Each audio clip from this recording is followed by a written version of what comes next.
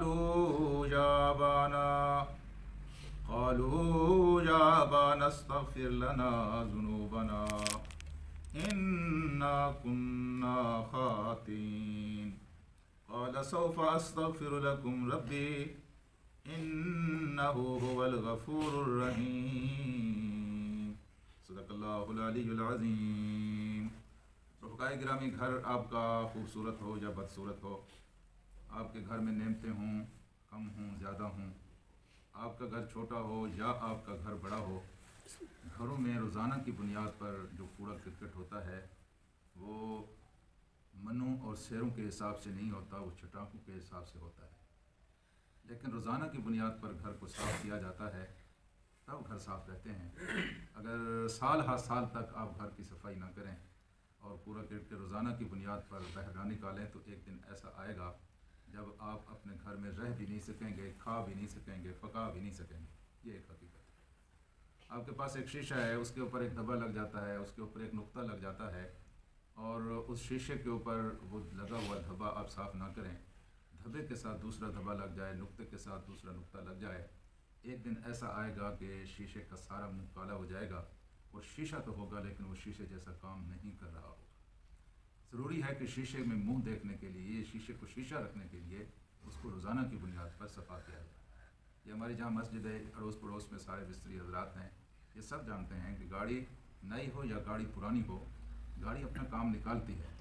اگر روزانہ کی بنیاد پر اس کے کام کو ٹھیک نہ کرایا جائے تو ایک دن ایسا آتا ہے کہ گاڑی ہوتی ہے لیکن گاڑی چلتی نہیں ہے۔ تو میرے دوستو، جس طرح روزانہ کی بنیاد پر صفائی ضروری ہے اور کسی چیز کا ٹھیک کرنا ضروری ہے، اس طرح روزانہ کی بنیاد پر استغفار کرنا ضروری ہے۔ صبح سے لے کر شام تک ہم اللہ تبارک و تعالیٰ کی کسی نہ کسی پہلو سے نافرمانی کر رہے ہوتے ہیں۔ چلو نافرمانی نہ صحیح، لیکن اللہ نے جتنی نعمتیں ہمیں عطا کی ہیں ان نعمتوں کو ہم صحیح معنی میں شکر تو نہیں ادا کر رہے ہوتے، اور یہ بھی ہمارے اوپر ایک بوجھ ہے۔ اس لیے اللہ پاک نے جن کو عقل دی ہے اور جو عقل سے سوچتے ہیں انسانوں کی طرح، وہ تو ہر وقت یہی محسوس کرتے ہیں کہ ہم بندگی کا حق ادا نہیں کر رہے ہیں، اور ان کی پھر تلافی کی یہی ایک صورت ہے کہ ہر وقت وہ استغفار کرتے رہتے ہیں، اللہ سے بخشش مانگتے رہتے ہیں اور معافی کا اللہ تبارک و تعالیٰ سے سوال کرتے ہیں۔ آپ سب لوگ اس بات پر متفق ہیں کہ سیانوں میں سب سے بڑے سیانے محمد مصطفیٰ تھے، اور یہ بات بھی آپ جانتے ہیں کہ انسانوں میں سب سے زیادہ پاک اور پاکیزہ سیرت محمد رسول اللہ کی تھی۔ اس کے باوجود حضور کریم صلی اللہ علیہ وسلم خود فرماتے ہیں کہ میں دن میں 70 مرتبہ اللہ تبارک و تعالیٰ سے استغفار کرتا ہوں اور میں اللہ تعالیٰ سے معافی مانگتا ہوں۔ تو میرے دوستوں اور ساتھیوں، یہ استغفار بڑی چیز ہے، یہ اللہ تعالیٰ کی طرف سے بڑی چیز ہے۔ انسان کی فطرت ہے بھول جانا اور گناہ کرنا۔ جی، یہ جس طرح آپ کی فطرت ہوتا ہے کھانا کھانا، کوئی آپ کو بتائے یا آپ کو نہ بتائے آپ کھانا کھاتے ہیں۔ جس طرح آپ کی فطرت ہے پانی پینا، کوئی آپ کو کہے یا نہ کہے، پیاس آپ کو لگتی ہے آپ پانی پیتے ہیں، لیکن اس کے بعد اس پانی کو نکالنا پیشاب کی صورت میں یہ آپ کی ضرورت ہے۔ وہ گویا بھول جانا انسان کی فطرت ہے، اس بیچارے انسان کی یہ بھول جاتا ہے، سستی کرتا ہے، کوتاہی کرتا ہے، لیکن اس کے بعد استغفار کرنا یہ اس کی ضرورت ہے۔ اگر یہ نہ کرے تو انسان نہیں رہتا اور انسان بالکل اپنے مقام کو کھو دیتا ہے۔ دوسری بات آج کے سبق سے پہلے کہنا یہ ضروری ہے کہ جن بچوں کی تربیت اچھے ماحول میں ہوئی ہو، وہ ایک عرصے تک اگر غلطیاں بھی کرتے رہے، بہرحال اس تربیت کا ایک اثر ہوتا ہے کہ کبھی نہ کبھی کہیں نہ کہیں وہ خیر کی طرف پلٹ آتے ہیں۔ یہ اخوان یوسف جو تھے، یہ برادران یوسف جو تھے، ان کی تربیت تو آخر حضرت یعقوب علیہ السلام کی آغوش میں ہوئی تھی۔ حضرت یعقوب علیہ السلام کے بیٹے تھے اور یعقوب علیہ السلام اللہ کے نبی، بے شک انہوں نے غلطیاں کی تھیں، اور اب یہ اس موڑ پر آئے تھے کہ یہ اب اس کی کوئی توجیہ نہیں تھی، بالکل بند کوچے پہ کھڑے ہو گئے، ان کی غلطیاں ظاہر ہو گئیں، پکڑی گئیں، انہوں نے تسلیم کر لیا، انہوں نے مان لیا، لیکن پھر بھی جب یہ پلٹ کر آئے تو انہوں نے اپنے ابا سے یہی کہا کہ ابا ہم خطا بار ہیں، ہم قصوروار ہیں۔ یہ بڑی خوبی ہے، گناہ کر کے انسان اپنے گناہوں کا اعتراف کر لے، اس کے اوپر ڈھیٹ بن کر کھڑا نہ رہے، غلطی ہوئی ہے میں اپنی غلطی مان لوں، فروگزاشت ہوئی ہے میں اس فروگزاشت کو تسلیم کر لوں، پھر اس کے بعد انسان اگر معافی مانگے یا استغفار کرے تو حقیقی استغفار ہوتی ہے اس وقت۔ تو ہم یہاں دیکھتے ہیں کالو، انہوں نے کہا یا ابانا، اے ہمارے ابا، اے ہمارے باپ، اب جو کچھ ہو گیا ہے سو ہو گیا ہے، اب استغفر لنا ذنوبنا، ہمارے گناہوں کی اپنے رب سے بخشش مانگے۔ یہاں سے یہ بات بھی معلوم ہو گئی کہ انسان اپنے گناہوں کی بخشش کے لیے کسی دوسرے سے کہہ سکتا ہے اور کوئی دوسرا اس کے لیے دعا مانگ سکتا ہے۔ والدین، بچے اپنے والدین سے کہہ سکتے ہیں کہ وہ ہمارے لیے دعا کیجیے، لیکن بچے بھی، والدین بھی بچوں سے کہہ سکتے ہیں کہ آپ ان کے لیے دعا کیجیے۔ मुरीद अपने पीर से कह सकते हैं कि हज़रत साहब हमारे लिए दुआ कीजिए, लेकिन पीरों को भी चाहिए कि वो मुरीदों से कहें कि आप उनके लिए दुआ करें, क्योंकि अल्लाह तबारक व तआला से खैर मिलती है। कोई यहाँ मुस्तस्ना नहीं है, सब दुआओं के मुस्तहिक हैं। एक मसला ये मालूम हुआ कि किसी दूसरे के लिए वो कहा जा सकता है कि आप हमारे लिए दुआ करें। चुनाचे हज़रत यूसुफ अलैहिस्सलाम के भाइयों ने अपने बाप से कहा कि अब्बा हुज़ूर आप हमारे लिए दुआ कीजिए और हमारे गुनाहों की माफ़ी की दुआ कीजिए, इन्ना कुन्ना खातिईन, बेशक हम बड़े भूल जाने वाले थे, हमने बड़ी ख़ताएँ की हैं।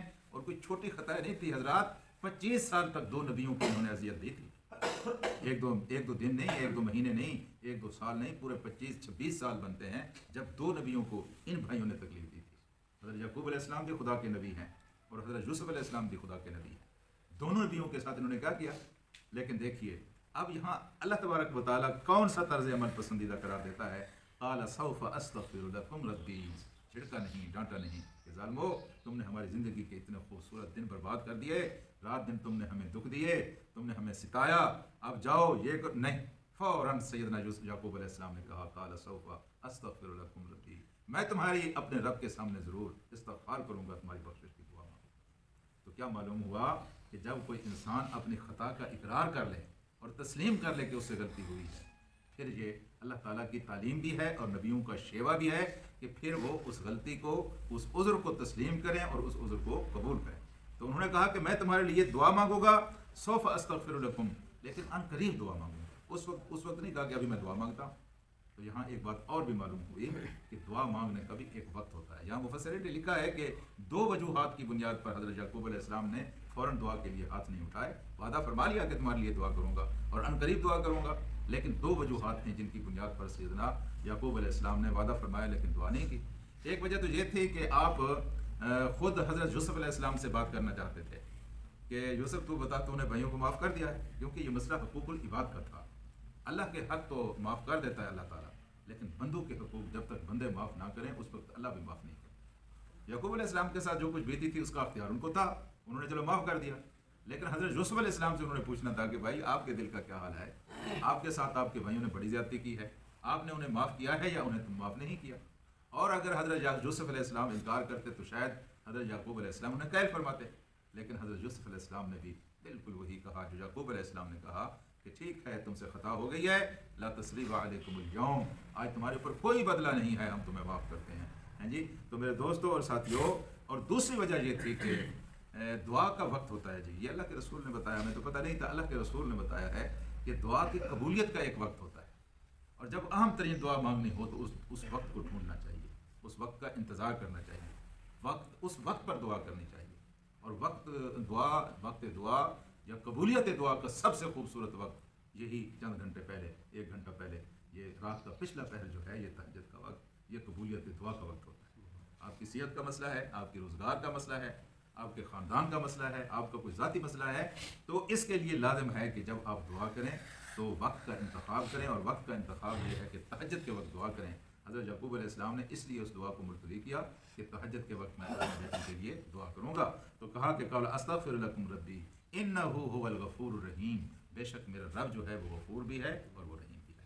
हाँ जी, अल्लाह ताला के सबसे, वैसे सारी उसकी सिफ़तें बड़ी सिफ़तें हैं, जिसको भी हम कहें कि वो सिफ़त उसकी बड़ी सिफ़त है, जिस तरह वो खुद बड़ा है, लेकिन मेरे दोस्तों अल्लाह ताला की ये सिफ़त भी बड़ी सिफ़त है कि अल्लाह ताला अपने बंदों की तरफ से उज़्र कबूल करता है।